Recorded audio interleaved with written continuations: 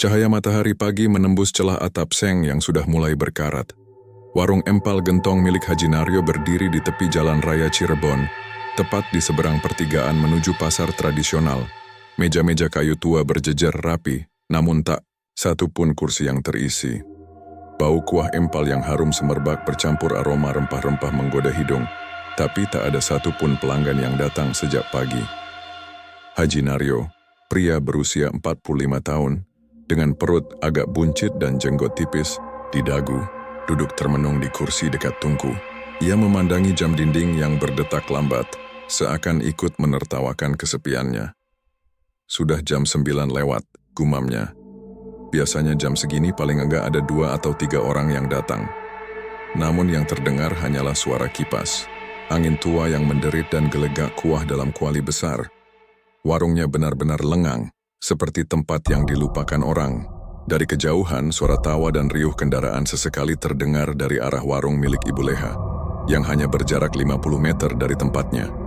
Warung Ibu Leha kini seperti magnet bagi pembeli. Setiap hari ramai, kursi selalu penuh, antrean bahkan bisa sampai ke depan gerbang mushola. Padahal dulu mereka bersaing cukup sehat, sama-sama jualan empal gentong, sama-sama mengandalkan racikan warisan keluarga. Apa kurang bumbunya? Tanya Haji Naryo pada diri sendiri. Atau karena aku nggak pakai daging sapi muda lagi? Ia berdiri dan menyendok satu mangkuk empal menyeruputnya perlahan. Rasa tetap enak, katanya sambil mengerutkan dahi. Bahkan lebih kaya daripada dulu. Tapi entah kenapa pembeli seakan menghindari tempat ini. Ada semacam kutukan, tak kasat mata yang membuat warungnya makin hari makin ditinggalkan. Siang itu, seorang lelaki tua yang belum pernah dilihat sebelumnya masuk ke warungnya. Pakaiannya lusuh, kulitnya legam, dan matanya tajam seperti menembus isi kepala. "Masih buka, Kang?" Tanyanya pelan. "Masih, Pak." "Monggo." Lelaki itu duduk di pojok, memesan satu porsi empal gentong dan teh tawar hangat. Ia makan perlahan, tapi sorot matanya tidak pernah lepas dari Haji Naryo.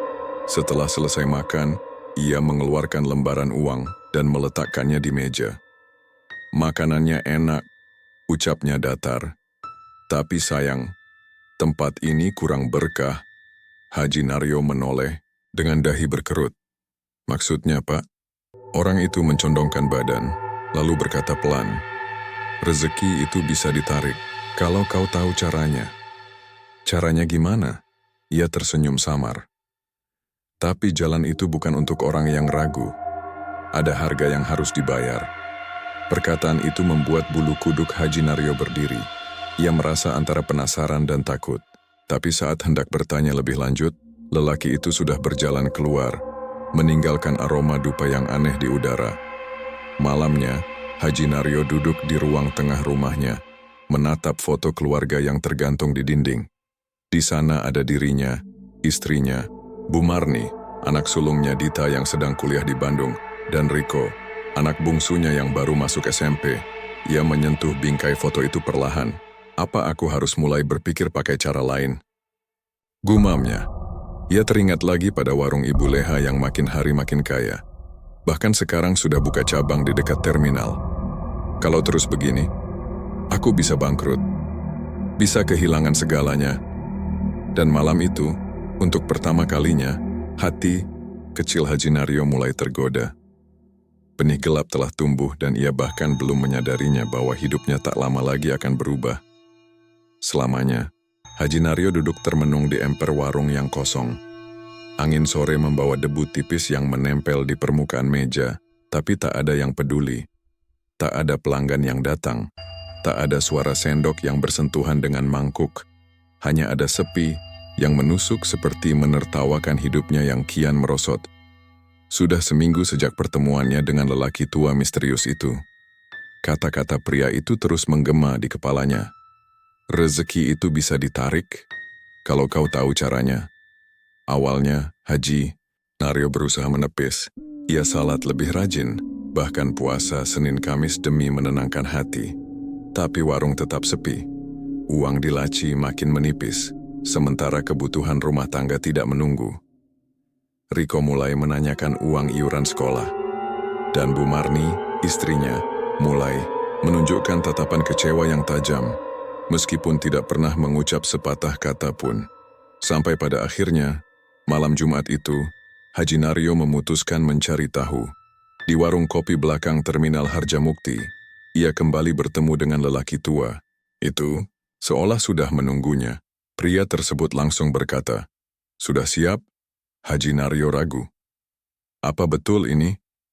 "Halal." Si lelaki tua hanya tersenyum datar. "Kau tanya halal, tapi hatimu sudah penuh iri dan dengki pada Ibu Leha, bukan? Kau ingin melihatnya bangkrut." Ucapan itu seperti tamparan, tapi juga membenarkan isi hatinya yang selama ini disangkal.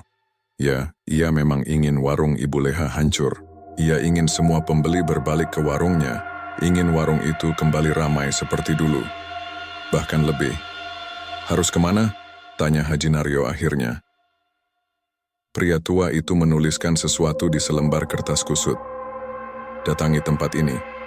Petilasan, tua di lereng Gunung Ciremai, tengah malam. Jangan ajak siapa-siapa."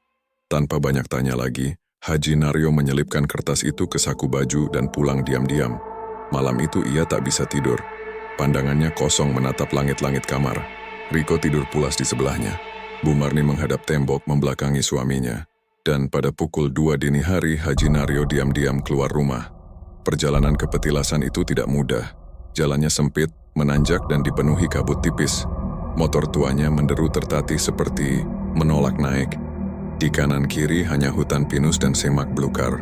Bulan sabit menggantung pucat di langit, seperti mata setengah tertutup yang menyaksikan dosa manusia. Setelah hampir 1 jam, ia sampai di depan gapura batu tua yang dipenuhi lumut. Di sana sudah berdiri seorang lelaki berjubah hitam, matanya merah menyala seperti bara. Wajahnya tidak asing. Kibaya, dukun pesugihan legendaris yang dulu hanya ia dengar dari cerita-cerita warung kopi. "Kau Haji Naryo?" tanya Kibaya. Suaranya berat, seperti keluar dari perut bumi. "Iya," jawabnya pelan. "Kau datang mencari kelarisan. Tapi ingat, semua ada harganya." Kibaya lalu mengajaknya masuk ke dalam petilasan. Di dalamnya ada batu besar menyerupai altar, dengan dupa menyala dan sesajen berisi darah ayam hitam. "Aku bisa bantu warungmu kembali ramai. Kau bisa punya lebih dari Ibu Leha. Tapi syaratnya satu." Haji Naryo menelan ludah. "Apa?" Kibaya menatapnya tajam, lalu berkata datar, "Tumbal, darah dagingmu sendiri, anakmu." Tubuh Haji Naryo gemetar. Jantungnya seperti berhenti berdetak. "Tidak, anak saya, Riko. Dia masih kecil." Kibaya tersenyum miring. "Kecil tapi pintu. Tumbal yang bersih lebih cepat diterima. Kalau kau takut, pulang saja. Tapi ingat, sepi warungmu akan jadi sepi kuburan. Lapar akan jadi penyakit. Dan Ibu Leha akan tambah kaya, tambah sombong. Sampai kau benar-benar tenggelam dalam iri dan hina." Haji Naryo menunduk. Suara Kibaya memang seperti bisikan setan, tapi semuanya terasa benar. Ia mengingat Riko, anak yang sering merengek ingin dibelikan sepatu futsal. Ia juga ingat betapa anak itu pernah berkata, "Ayah jangan sedih, suatu hari nanti Riko yang akan gantian kerja biar ayah bisa istirahat." Air mata mengalir di pipinya, tapi malam itu, di tengah kabut dan dupa menyala, Haji Naryo berkata dengan suara parau, "Aku setuju." Kibaya tertawa pelan. "Kau sudah membuka pintu, tak ada jalan kembali." Dan saat fajar menyingsing dari balik Gunung Ciremai, Haji Naryo pulang ke rumah. Tubuhnya lelah, wajahnya pucat, tapi di sudut bibirnya ada senyum kecil. Warungnya akan ramai. Ia tahu itu, yang tidak ia tahu. Ia telah menyerahkan jiwanya, dan jiwa anaknya akan menjadi harga awal dari segalanya. 3 hari setelah Haji Naryo melakukan ritual di petilasan Gunung Ciremai, langit Cirebon mendung sepanjang hari. Awan menggantung berat seolah menunggu waktu yang tepat untuk menumpahkan tangis. Dan di rumah sederhana milik Haji Naryo, keanehan mulai mengetuk perlahan. Riko, anak bungsunya yang ceria, mendadak jatuh sakit. "Perut Riko sakit ya?" rengeknya pagi itu sambil memegangi perut. Bu Marni segera panik. Ia pikir mungkin Riko masuk angin atau terkena makanan basi. Tapi saat dicek ke puskesmas hasilnya nihil. Dokter hanya berkata bahwa semua organ vitalnya baik-baik saja, tidak ada infeksi, tidak ada demam. Tapi Riko terus meringis kesakitan, dan matanya yang dulu bening kini tampak suram, yang membuat Bu Marni makin cemas. Setiap malam, Riko mengigau. "Ayah, tolong, dingin, gelap banget ya." Kata-kata itu seperti pecahan kaca yang menusuk telinga Haji Naryo. Ia hanya bisa diam di sudut kamar, tangan terkepal, mulut terkunci. Ia tahu persis apa yang terjadi. Riko sedang ditarik, secara perlahan, seperti janji Kibaya malam itu. Tumbal tidak langsung diambil, harus perlahan, agar rasa kehilangan tumbuh sempurna. Dan ketika satu nyawa hilang, setan akan benar-benar masuk menggantikan. Esok harinya hujan deras turun sejak subuh. Tapi untuk pertama kalinya setelah berbulan-bulan, warung empal gentong milik Haji Naryo kembali penuh pelanggan. Meja-meja yang biasanya kosong kini terisi. Bau empal gentong yang dulu tak dilirik kini seolah memanggil orang-orang dari segala penjuru. Ada rombongan sopir truk yang mampir, ibu-ibu pasar yang mengantri, bahkan tukang ojek online yang sibuk bolak-balik mengambil pesanan. Haji Naryo menyambut dengan senyum lebar, tapi matanya sembab. Setiap kali ia menoleh ke arah dapur, ia teringat Riko yang masih terbaring lemah di rumah. "Kang, tambah 2 mangkok ya?" teriak seorang pelanggan. "Siap, Pak." Uang mengalir deras hari itu, lebih banyak dari yang pernah ia dapat dalam 2 tahun terakhir. Bahkan saat menghitung hasil malam harinya, tangannya gemetar sendiri melihat lembaran ratusan ribu memenuhi laci warung. Tapi tak ada yang benar-benar gratis di dunia ini. Malam itu, Bu Marni menangis di samping tempat tidur. "Riko, kenapa anak kita sakit begini ya? Dia makin pucat. Dia ngomong sendiri, matanya kayak kosong." Haji Naryo tidak menjawab. Ia hanya menatap anaknya, menggigil dalam selimut. Napasnya berat dan mata menatap ke langit-langit, seolah melihat sesuatu yang tak terlihat oleh orang lain. "Ayah, ayah, kenapa kamu kasih Riko ke mereka?" Kata-kata itu terdengar jelas di telinga Haji Naryo. Tapi Bu Marni tidak mendengarnya. Ia langsung berdiri dan keluar kamar. Tak sanggup, hatinya remuk, jiwanya terkoyak. Tapi, ia tak bisa mundur. Setan sudah diberi makan, dan kini minta porsi yang lebih besar. Seminggu setelah itu berita mengejutkan menyebar. Warung Ibu Leha, yang dulunya ramai luar biasa, tiba-tiba ditutup. Ada kabar pelanggan keracunan. Ada juga yang bilang warung itu kesurupan. Seseorang bahkan mengaku melihat Ibu Leha duduk diam di dapur dengan mata melotot dan mulut komat kamit membaca sesuatu yang tak dimengerti. "Pantas aja warung Pak Haji sekarang ramai," kata seorang pelanggan di warung. "Kayak ganti aura gitu. Dulu sepi banget, sekarang kayak warung keramat." Haji Naryo hanya tersenyum tipis. Tapi di dalam hatinya ia tahu, bagian pertama dari perjanjiannya telah ditepati. Saingannya bangkrut, dirinya kembali berjaya, dan tumbalnya masih bernafas. Namun, malam-malam Haji Naryo tak pernah tenang. Setiap ia menutup mata, ia mendengar langkah kaki kecil menyusuri lantai rumah. Suara itu selalu berhenti di depan kamarnya. Lalu terdengar bisikan, "Yah, dingin. Yah, ambil Riko pulang." Ia terbangun sambil berkeringat dingin berkali-kali, dan setiap kali membuka mata, ia merasa bayangan kecil berdiri di pojok ruangan, hanya diam dan menatap dengan mata kosong. Itu bukan Riko. Itu sesuatu yang lain, yang meminjam wajah anaknya. Dan untuk pertama kalinya, Haji Naryo mulai bertanya, apakah ini benar-benar jalan yang ia pilih? Atau apakah ia telah membuat kesalahan yang akan menghancurkan segalanya? Langit Cirebon mendung kelabu sepanjang hari. Aroma hujan menempel di tanah, menyusup hingga ke tulang. Di dalam rumah sederhana milik Haji Naryo, suasana lebih dingin dari biasanya. Bukan karena cuaca, tapi karena sesuatu yang tak terlihat perlahan menggerogoti kehidupan mereka dari dalam. Riko belum juga sembuh. Tubuhnya semakin kurus. Kulitnya yang dulu cerah kini pucat seperti kertas. Matanya cekung, dan suara tangisnya terdengar lirih, seolah memohon pertolongan yang tak kunjung datang. Setiap malam ia mengigau menyebut kata-kata yang membuat bulu kuduk berdiri. Mereka ambil aku ya, gelap, gelap banget, ayah, tolong. Bu Marni, yang sejak awal mencurigai sesuatu yang tidak beres, semakin yakin bahwa ini bukan penyakit biasa. Sudah 3 kali mereka ke dokter. Hasilnya selalu nihil. Tidak ada tanda-tanda medis. Tidak ada penjelasan. Tapi tubuh Riko semakin hari semakin melemah. Seperti pohon yang perlahan dikeringkan dari dalam. Suatu malam, saat hujan turun, rintik-rintik, dan suara kodok bersahutan dari sawah belakang rumah, Bu Marni terbangun. Ia mendengar suara pintu belakang terbuka pelan.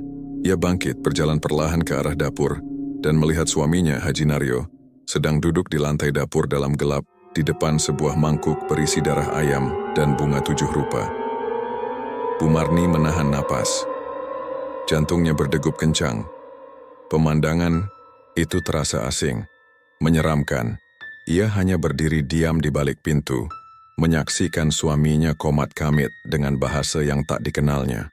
Setelah beberapa menit, Haji Naryo menaburkan bunga itu ke sudut dapur, lalu meminum seteguk dari mangkuk berdarah itu. Tubuh Bu Marni lemas. Ia ingin menjerit, tapi tak sanggup. Ia kembali ke kamar, memeluk Riko yang tertidur sambil menahan tangis. Malam itu hatinya pecah. Ada sesuatu yang sangat jahat sedang terjadi, dan suaminya adalah bagian dari itu. Keesokan paginya, Bu Marni tak menunggu lagi. Ia memutuskan mencari jawaban. Ia mendatangi warung Ibu Leha yang kini tutup rapat. Lingkungannya sepi, seperti tempat yang dilupakan. Tapi kebetulan Ibu Leha sedang membersihkan halaman depan rumahnya yang persis di sebelah warung. Melihat kedatangan Bu Marni, wajah Ibu Leha langsung berubah sendu. "Bu, saya mau tanya sesuatu," ujar Bu Marni dengan suara gemetar. "Tentang suami saya dan pesugihan." Wajah Ibu Leha langsung memucat. Ia menatap kanan kiri seolah takut ada yang menguping, lalu menarik Bu Marni masuk ke dalam rumah. "Dulu saya juga pernah ditawari jalan pintas itu," kata Ibu Leha lirih. "Waktu warung saya baru buka dan belum ada pelanggan.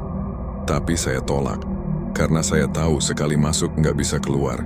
Bu Marni terdiam. Tangannya mencengkeram rok panjangnya dengan gemetar. Ibu Leha melanjutkan, "Sekarang saya tahu kenapa warung saya mendadak sepi dan ditutup. Bukan karena keracunan atau kesurupan, tapi karena ada yang lebih kuat yang mengambil semua rezeki saya. Saya yakin suamimu sudah ke Gunung Ciremai." Mata Bu Marni membelalak. "Apa maksudnya?" "Dia ngelakuin pesugihan, dan pasti pakai tumbal. Biasanya yang paling dekat, anak sendiri." Tubuh Bu Marni langsung lemas. Dunia seakan berhenti, berputar. "Riko." Malam itu, di rumah, pertengkaran tak terhindarkan. "Apa benar semua ini, Naryo?"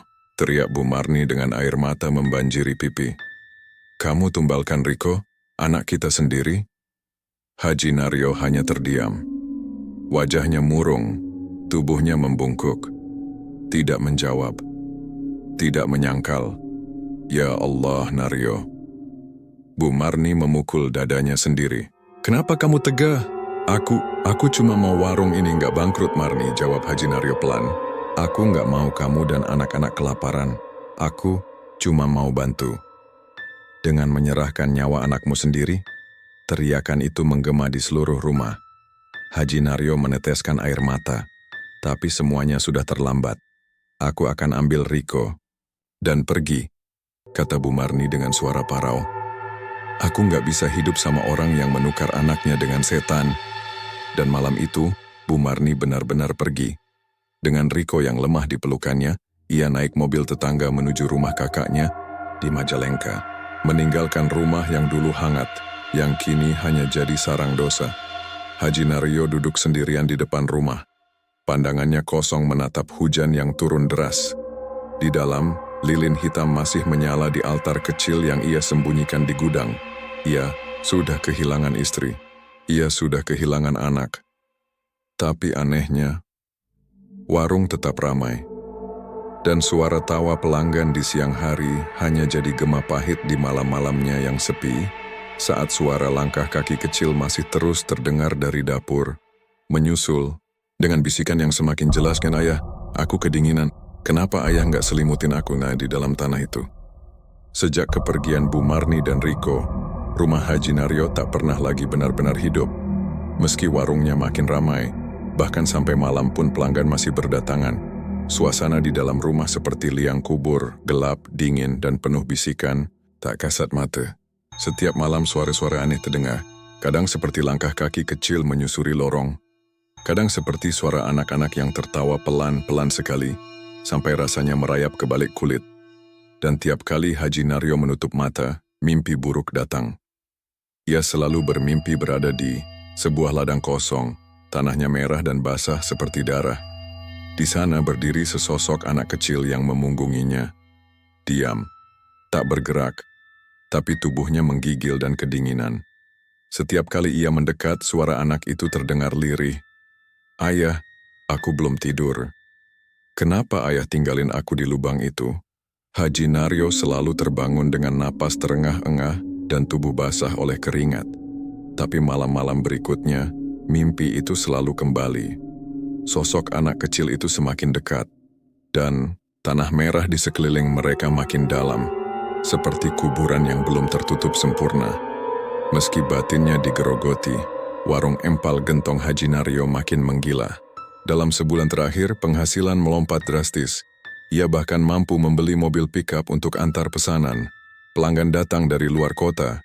Bahkan ada yang menyebut-nyebut warungnya di media sosial sebagai empal gentong paling sakral di Cirebon. Tapi semua itu terasa hampa. Ia makan sendirian, tidur sendirian.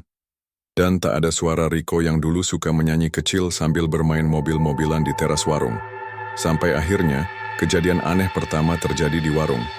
Suatu malam, seorang pelanggan perempuan menjerit keras di tengah keramaian. "Ada anak di dalam kuali."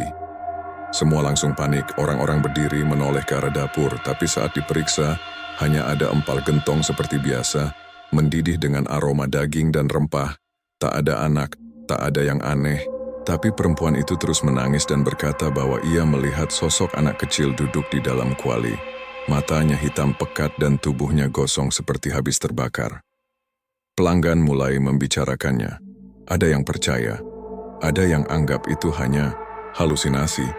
Tapi sejak malam itu, satu persatu pelanggan setia mulai enggan datang malam hari. "Aku nggak enak hati, Pak," kata salah satu pelanggan. "Dulu sih enak makannya, sekarang entah kenapa. Baunya kayak daging busuk campur darah." Haji Naryo tahu, ini bukan halusinasi. Ia tahu apa yang terjadi. Tumbal yang diberikan belum puas. Riko belum benar-benar pergi. Arwahnya masih bergentayangan, menuntut kepulangan yang seharusnya. Dan lebih dari itu, setan pesugihan yang dulu dijanjikan hanya akan mengambil satu nyawa, kini mulai meminta lebih.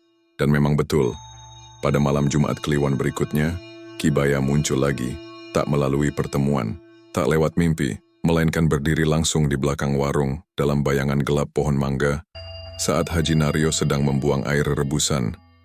"Daganganmu ramai," katanya pelan, senyumnya penuh kegelapan. Tapi ada yang belum lunas. Haji Naryo menatapnya dengan wajah lelah. "Riko sudah kalian ambil. Apalagi?" Kibaya mendekat. "Riko? Belum.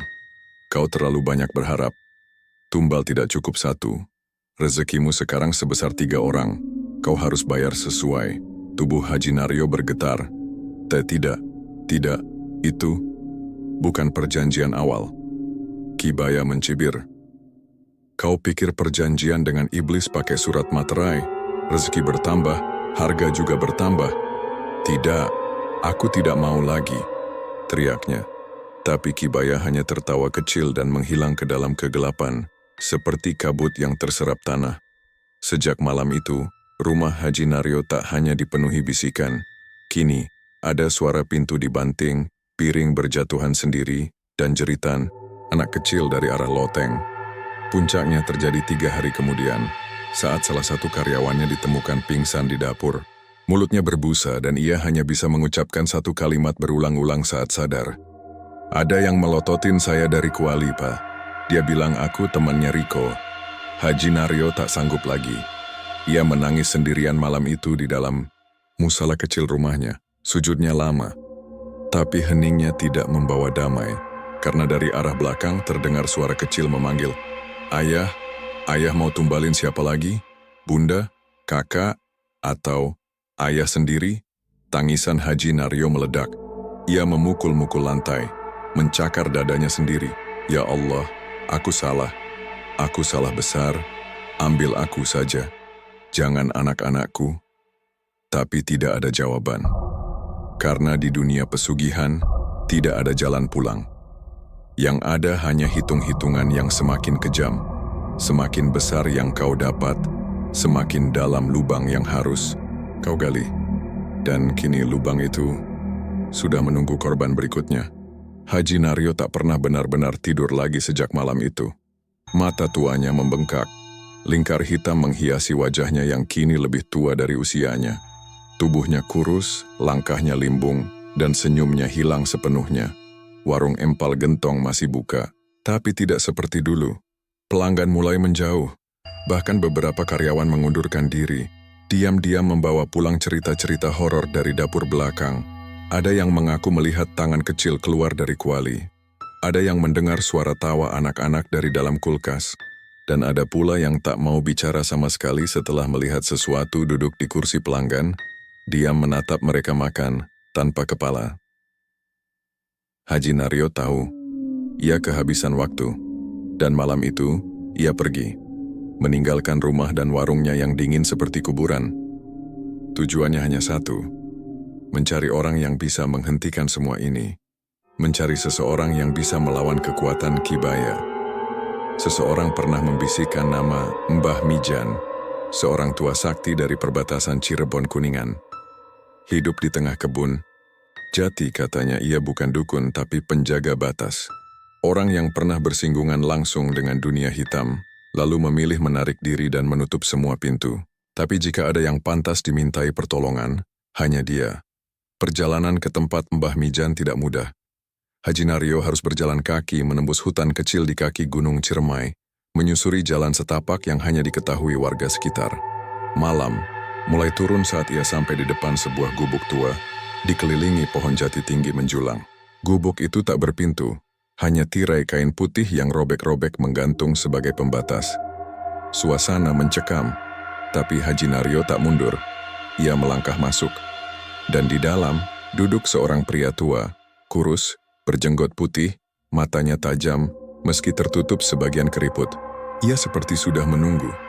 Tanpa berkata sepatah kata pun, Mbah Mijan menyalakan dupa dan memejamkan mata. Setelah beberapa menit hening, ia membuka mata kembali dan menatap Haji Naryo. "Kau bodoh," katanya datar. "Kau tak hanya menyerahkan anakmu, tapi juga membuka gerbang. Yang kau panggil bukan sekadar setan pesugihan, tapi penagih arwah." Haji Naryo gemetar. Saya mau tebus. Saya rela nyawa saya diambil. Mbah, asal Riko selamat." Mbah Mijan menghela napas panjang. Ia mengambil segenggam garam, menaburkannya ke bara dupa, lalu berkata, "Tidak sesederhana itu. Riko sudah setengah di sana. Jiwanya mengambang di antara dunia. Kalau kau mau selamatkan dia, kau harus pergi ke sana." Haji Naryo mengerutkan kening. "Ke sana? Ke tempat di mana arwah ditahan. Dunia hitam. Tapi ingat, sekali kau masuk, kau harus bawa dia keluar sebelum matahari pertama terbit. Kalau tidak, kau akan terperangkap selamanya. Dan ada syarat." "Syarat apa, Mbah?" "Kau harus membawa satu nyawa untuk ditukar, karena iblis tak pernah mau kehilangan mangsanya begitu saja."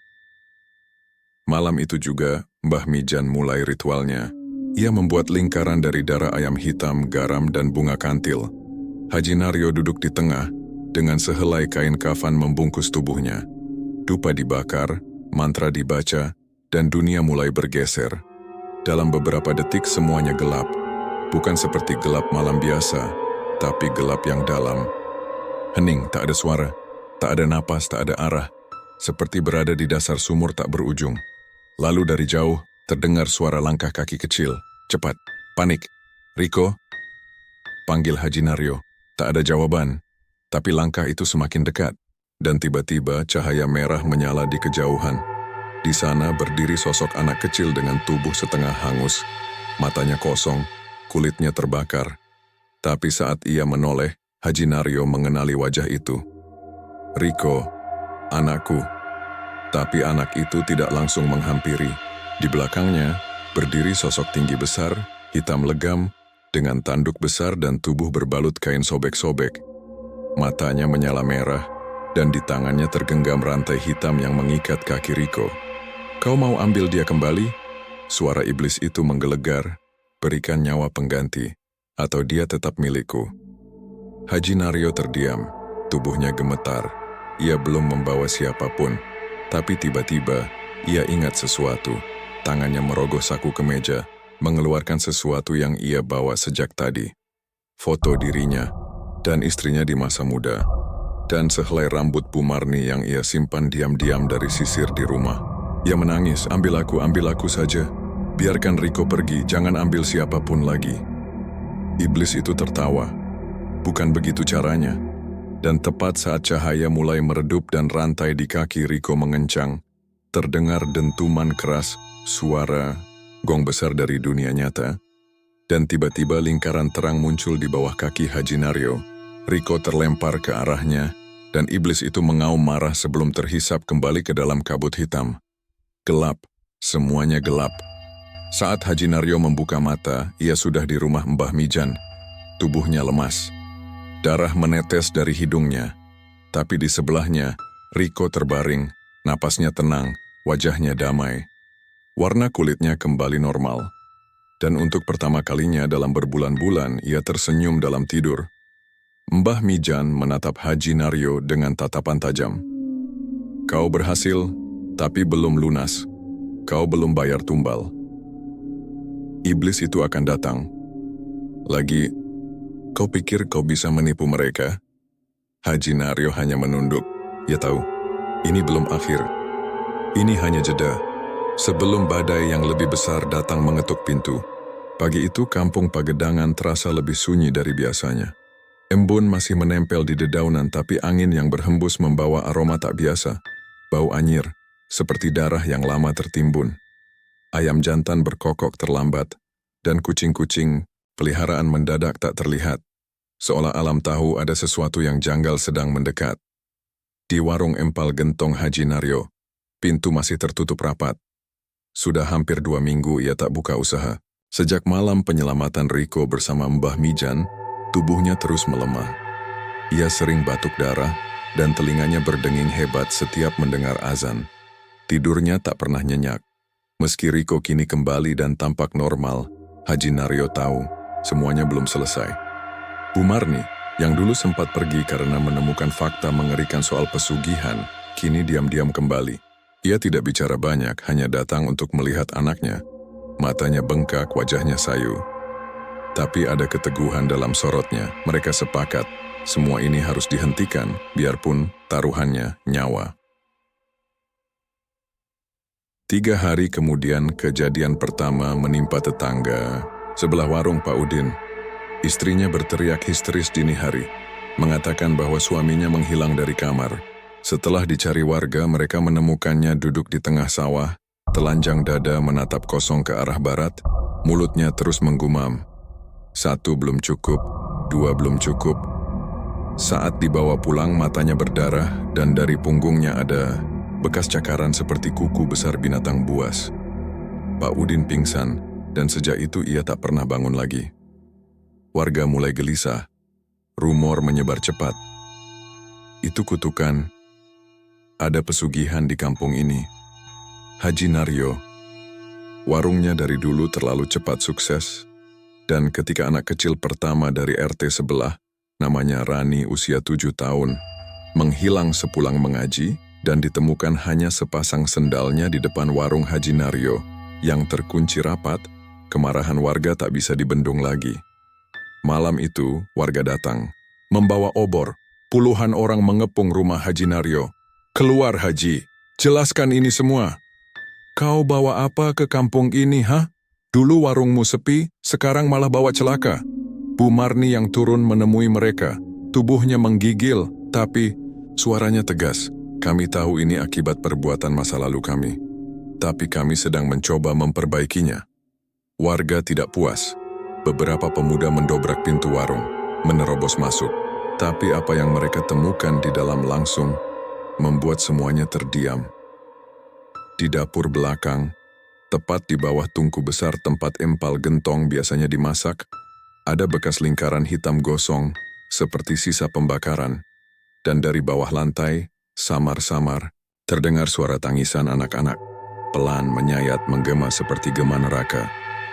Warga mundur. Pak RW yang juga ikut hadir, memutuskan membawa Haji Naryo menghadap Kiai Sepuh Kampung, Kiai Mahfudz, orang paling dituakan yang dikenal memiliki ilmu tinggi dan penglihatan batin tajam. Di hadapan Kiai Mahfudz, semuanya terungkap. Dengan suara pelan, Haji Naryo menceritakan segalanya, tentang kalah bersaing dengan warung Buleha, tentang iri hati, tentang ritual pesugihan bersama Kibaya, tentang tumbal Riko, dan tentang pertemuan dengan Mbah Mijan. Tak ada yang ia tutupi. Saat ia selesai, suasana ruang pendopo tempat mereka duduk begitu hening, sampai detak jam dinding terdengar seperti dentuman. Kiai Mahfudz hanya menatapnya dalam-dalam lalu berkata, "Kau sudah membuka pintu yang seharusnya tak dibuka, Naryo. Kau tidak hanya menjual anakmu, tapi juga membuka jalan bagi makhluk-makhluk yang terkurung ribuan tahun. Pesugihan bukan sekadar perjanjian. Ia seperti lubang. Sekali kau gali, kau akan jatuh lebih dalam, dan semua yang di sekitarmu ikut tertarik ke bawah." Wajah Haji Naryo memucat. "Apa yang bisa saya lakukan, Kiai?" Kiai Mahfudz menarik napas panjang. Ia bangkit, berjalan ke jendela, dan menatap langit malam yang mulai mendung. Satu-satunya cara adalah menutup lubang itu dengan nyawa orang yang pertama kali membukanya. Kau harus menyerahkan dirimu secara sadar, bukan sebagai tumbal, tapi sebagai penebus. Dan kau harus melakukannya di tempat perjanjian. Pertama, di hutan larangan tempat kau bertemu Kibaya. Malam penebusan ditetapkan, Jumat Kliwon, 7 hari lagi. Selama seminggu itu Haji Naryo berpuasa. Ia bersih-bersih warung, menyapu setiap sudut, mematikan tungku-tungku yang dulu selalu menyala siang malam. Ia mendatangi para tetangga, meminta maaf satu persatu, bahkan kepada Buleha, pesaing lamanya. Buleha tak berkata banyak, tapi air matanya jatuh. Dendamnya luluh oleh kejujuran Haji Naryo, dan di malam terakhir, ia memeluk Riko lama sekali. "Maafkan ayah, nak. Ayah pernah tergoda dunia, tapi ayah akan tutup lubangnya. Ayah akan bawa pulang semua rasa sakit itu. Kalau kau kangen, lihatlah ke langit, karena ayah akan di sana, mendoakanmu tiap malam." Riko hanya diam. Ia belum sepenuhnya mengerti, tapi hatinya menangkap bahwa malam ini, ada yang akan pergi untuk selamanya. Menjelang tengah malam, Haji Naryo berjalan sendiri ke hutan larangan. Di tangannya, ia membawa kendi kecil berisi tanah dari depan warung. Tanah, tempat kesalahan itu dimulai. Di pundaknya tergantung sajadah tua milik ayahnya. Dan di dadanya, doa yang terus berbisik agar yang terjadi padanya cukup berhenti di tubuhnya saja. Hutan larangan menyambutnya dengan sunyi. Dan di tempat yang sama, di bawah pohon beringin tempat ia pertama kali bertemu Kibaya, kini kembali muncul sosok tinggi, itu. Tapi kali ini ia tak tertawa, ia hanya berdiri, menunggu. "Kau datang?" Dengan sadar, Haji Naryo mengangguk. "Aku datang untuk mengakhiri ini semua." Kibaya mengangguk pelan, lalu dengan suara yang dalam dan menggetarkan bumi ia berkata, "Tapi ingat, setiap akhir selalu jadi awal dari cerita baru." Dan malam itu, pohon beringin menggelegar, tanah terbelah, angin menderu, dan Haji Naryo hilang tanpa jejak. Pagi harinya warga menemukan kendi pecah di bawah pohon beringin, dan sejak itu tidak ada lagi suara tangisan dari warung empal gentong, tidak ada lagi yang kerasukan, tidak ada anak-anak hilang. Bu Marni dan Riko pindah ke kota menjalani hidup baru. Warung itu tetap berdiri, tapi tak pernah dibuka lagi. Hanya didatangi sesekali oleh peziarah yang menaruh bunga di depan pintunya, karena di sana Dulu pernah berdiri seorang ayah yang memilih menyerahkan segalanya untuk menebus satu dosa. 15 tahun telah berlalu sejak malam pengorbanan Haji Naryo. Nama dan kisahnya perlahan menghilang dari ingatan warga. Waktu memang punya cara sendiri menutupi luka. Seolah tak pernah ada darah di tanah itu, seolah tak pernah ada tangisan dari tungku yang mendidih. Warung empal gentong itu kini hanya bangunan tua berlumut. Dindingnya retak, atapnya bocor, dan jendela kayunya berderit pelan saat disentuh angin. Rumput liar tumbuh di pekarangan, dan plang bertuliskan, Warung Haji Naryo Empal Gentong asli Cirebon, sudah miring. Separuh hurufnya hilang dimakan cuaca. Tapi bagi orang-orang luar kota itu bukan warung angker, itu peluang. Namanya Dimas Aditya, usia 29 tahun, lulusan sekolah tata boga dari Jakarta. Ia baru saja menikah dan memutuskan pindah ke Cirebon bersama istrinya, Lestari. Mereka sedang mencari tempat untuk membuka usaha kuliner. Dimas menyukai sejarah, dan ia tertarik saat mendengar tentang bangunan tua milik seorang pedagang empal gentong legendaris yang hilang secara misterius. "Ini bisa jadi angle yang keren banget sayang," kata Dimas pada istrinya. "Kita buka lagi warung ini pakai nama yang sama." Nostalgia, Empal Gentong Haji Naryo bangkit kembali. Lestari sempat ragu, tapi setelah melihat tempat itu langsung, dan setelah mendapat harga murah dari pemilik baru bangunan, cucu kepala desa terdahulu, mereka sepakat. Warung itu direnovasi. Dicat ulang, jendela diganti, tungku baru dibangun, tapi satu hal yang tidak disentuh adalah ruang bawah dapur, ruang gelap yang dulu menjadi tempat perjanjian Haji Naryo. Ketika pekerja bangunan mencoba menggali lantai dapur lama untuk meratakannya, mereka menemukan tanah yang gosong seperti arang dan bau amis yang menyengat. Salah satu tukang langsung muntah, tapi Dimas, dengan semangat urban legendnya, hanya tertawa. Wah, makin autentik nih aura mistisnya. Ia memutuskan membiarkan ruang itu tetap tertutup. Ia bahkan menjadikannya bagian dari atraksi warung, sebuah cerita pembuka saat pelanggan baru datang. Warung itu resmi dibuka kembali pada malam Jumat Legi. Ramai luar biasa. Pengunjung datang dari berbagai kota, tertarik pada kisah misteri, yang kini dipoles jadi bahan promosi. Menu empal gentong Dimas cukup enak, resepnya ia dapat dari buku tua milik salah satu cucu mantan karyawan warung lama. Ia juga menambahkan sentuhan modern, nasi liwet, es kopi gula aren, dan live music akustik. Tapi, keganjilan mulai terasa sejak malam ke-7. Seekor kucing hitam tiba-tiba mati di depan pintu dapur. Tidak ada luka, hanya matanya yang membelalak ke atas dan lidahnya menjulur, seolah melihat sesuatu yang tak kasat mata. Beberapa pelanggan mulai mengeluh, makanan terasa asing, bukan basi, tapi seperti ada rasa logam aneh yang menempel di langit-langit mulut. Dan pada hari ke-13, hal yang lebih buruk terjadi. Lestari bangun tengah malam dan melihat suaminya duduk di dapur sendirian, menatap ke arah lantai batu yang dulu ditutup. Matanya kosong, mulutnya komat kamit. Di hadapannya ada mangkuk empal yang entah sejak kapan disiapkan, dengan uap yang mengepul, meski kompor tidak menyala. Saat Lestari menyentuh bahunya, Dimas menoleh perlahan dan berkata, "Aku sudah lihat dia, Tari. Haji Naryo, dia minta. Kita lanjutkan apa yang belum selesai." Malam itu juga, Dimas kerasukan. Dimas mulai berubah. Ia lebih pendiam, sering termenung. Dan saat ia memasak, ia tak lagi membuka resep dari buku. Tangannya bergerak sendiri, seperti tahu persis berapa takaran setiap bumbu.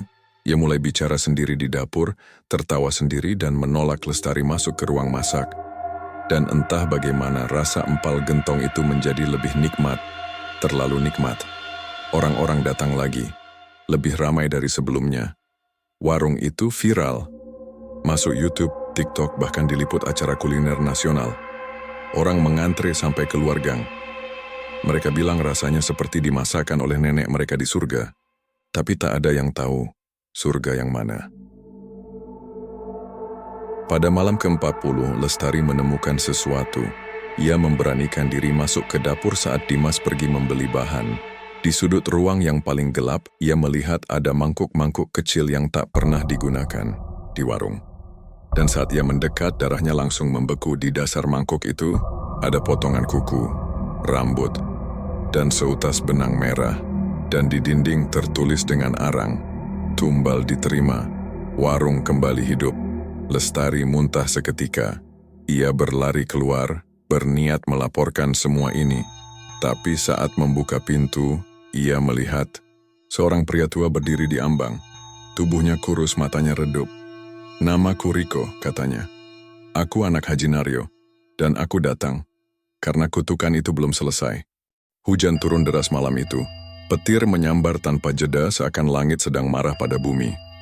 Di antara gelap dan guyuran air, Riko berdiri tegak di depan warung yang dulu pernah menjadi saksi bisu kejatuhan ayahnya. Warung itu kini kembali, hidup, tapi bukan dengan nyawa yang bersih. Dimas, pemilik baru, tidak sadar bahwa ia sedang menghidupkan kutukan lama yang telah dikubur oleh darah dan pengorbanan. Riko, yang kini berusia 30-an, telah lama meninggalkan kampung. Tapi berita tentang warung itu sampai juga ke telinganya. Ia mendengar kabar dari teman lama, tentang empal gentong yang rasanya luar biasa, tentang pelanggan yang mendadak kesurupan, dan tentang seorang pria yang berubah menjadi pendiam dan dingin, sama seperti ayahnya dulu sebelum malam terakhir. Ada sesuatu yang bangkit dan Riko tahu, hanya dirinya yang bisa mengakhirinya. Lestari membuka pintu dengan tangan gemetar. Matanya sembab, napasnya tersengal, dan tubuhnya masih diliputi ketakutan. Tapi saat melihat wajah Riko yang tegas, seperti membawa ketenangan yang telah lama hilang, ia akhirnya bisa bicara. "Suami saya berubah. Dia bukan Dimas yang saya kenal. Dia bicara dengan sesuatu yang tak terlihat. Dia bilang suara itu mengajarinya cara memasak, tapi saya tahu itu bukan manusia." Riko memejamkan mata. Dalam hatinya ia bisa merasakan aura kelam yang dulu pernah menyelimuti rumahnya, kini mengendap di dinding warung ini. Ia tahu, tak banyak waktu tersisa. "Di mana dia sekarang?" tanya Riko. "Di dapur. Dia bilang malam ini adalah malam puncak." "Apa maksudnya?" Riko tak menjawab. Ia hanya melangkah masuk. Di dalam dapur, Dimas berdiri membelakangi mereka. Ia sedang menyiapkan sesuatu di atas tungku tua yang sudah rusak sejak bertahun-tahun lalu, tapi malam ini menyala sendiri. Api biru membara, membentuk lidah-lidah yang tidak menghangatkan, justru terasa menggigit ke tulang. Di sekelilingnya aroma rempah tercium, tapi di antara harum masakan itu, terselip bau amis dan belerang yang menusuk hidung. "Dimas," panggil Riko pelan. Dimas tak menjawab. Ia hanya tertawa kecil. "Dia datang, anak dari tumbal pertama. Haji Naryo menitipkan sisa dosanya padamu ya." Suaranya serak, tapi bukan suara Dimas, lebih dalam, lebih tua, lebih menyeramkan. Riko maju perlahan. "Berhentilah, ini bukan masakan. Ini kutukan." Dimas menoleh. Matanya tak lagi manusiawi. Bola matanya hitam legam, tanpa putih. Senyumnya lebar seperti digambarkan, paksa. Di belakangnya tungku mendidih dan dari dalam uap empal gentong samar-samar terlihat wajah-wajah anak kecil. Mereka menangis dalam diam, mulut mereka terbuka tapi tidak bersuara. Lestari menjerit dan mundur, tubuhnya bergetar hebat. "Kau pikir bisa menebus semua ini hanya dengan menutup warung?" ucap Dimas sambil tertawa. "Pesugihan? Ini bukan perjanjian biasa. Ia hidup dari dendam, dari kelaparan, dari darah." Riko tahu ia tak bisa berbicara dengan Dimas lagi. Orang yang berdiri di hadapannya sudah dikuasai sepenuhnya oleh roh pesugihan lama, mungkin bahkan oleh bayang-bayang Kibaya sendiri. Pertarungan batin dimulai. Riko mengeluarkan kendi kecil yang ia bawa, satu-satunya peninggalan dari ayahnya, benda yang dulu digunakan untuk menyegel perjanjian saat pengorbanan. Kendi itu diisi dengan tanah dan air dari pohon beringin larangan, tempat pengorbanan Haji Naryo dulu. Ia berjalan pelan menuju tungku, lalu menumpahkan isi kendi ke dalam masakan yang sedang mendidih. Tungku langsung meledak kecil, dan suara jeritan terdengar dari dalam uap yang keluar. Bukan jeritan manusia, tapi seperti ribuan burung gagak yang dibakar hidup-hidup. Uap itu membentuk wajah Kibaya, yang melolong kesakitan sebelum menghilang perlahan ke udara. Dimas roboh, tubuhnya kejang, mulutnya berbusa, tapi sorot matanya kembali. "Apa yang kulakukan?" lirihnya, menatap Riko. "Kau disesatkan seperti ayahku dulu," jawab Riko. "Tapi sekarang, ini sudah berakhir." Hari itu menjadi hari penutupan kedua warung empal, Gentong Hajinario. Berita tentang kejadian aneh itu menyebar, tapi tidak semua percaya. Beberapa menganggapnya halusinasi, cerita lebay, atau gimik pemasaran yang gagal. Tapi warga sekitar tahu. Mereka tahu betul bahwa tempat itu bukan tempat biasa. Lestari membawa Dimas ke rumah sakit jiwa untuk pemulihan. Ia trauma berat, tapi perlahan mulai membaik. Riko? Ia tinggal sementara di kampung. Ia merawat warung tua itu. Bukan untuk dibuka. Kembali, tapi untuk dijaga agar tak ada lagi yang mengusik tempat itu. Setiap malam Jumat, ia menyalakan lilin di depan pintu warung, berdoa dalam diam. Untuk ayahnya, untuk anak-anak yang pernah jadi korban, untuk semua yang pernah terlibat dalam kisah gelap ini.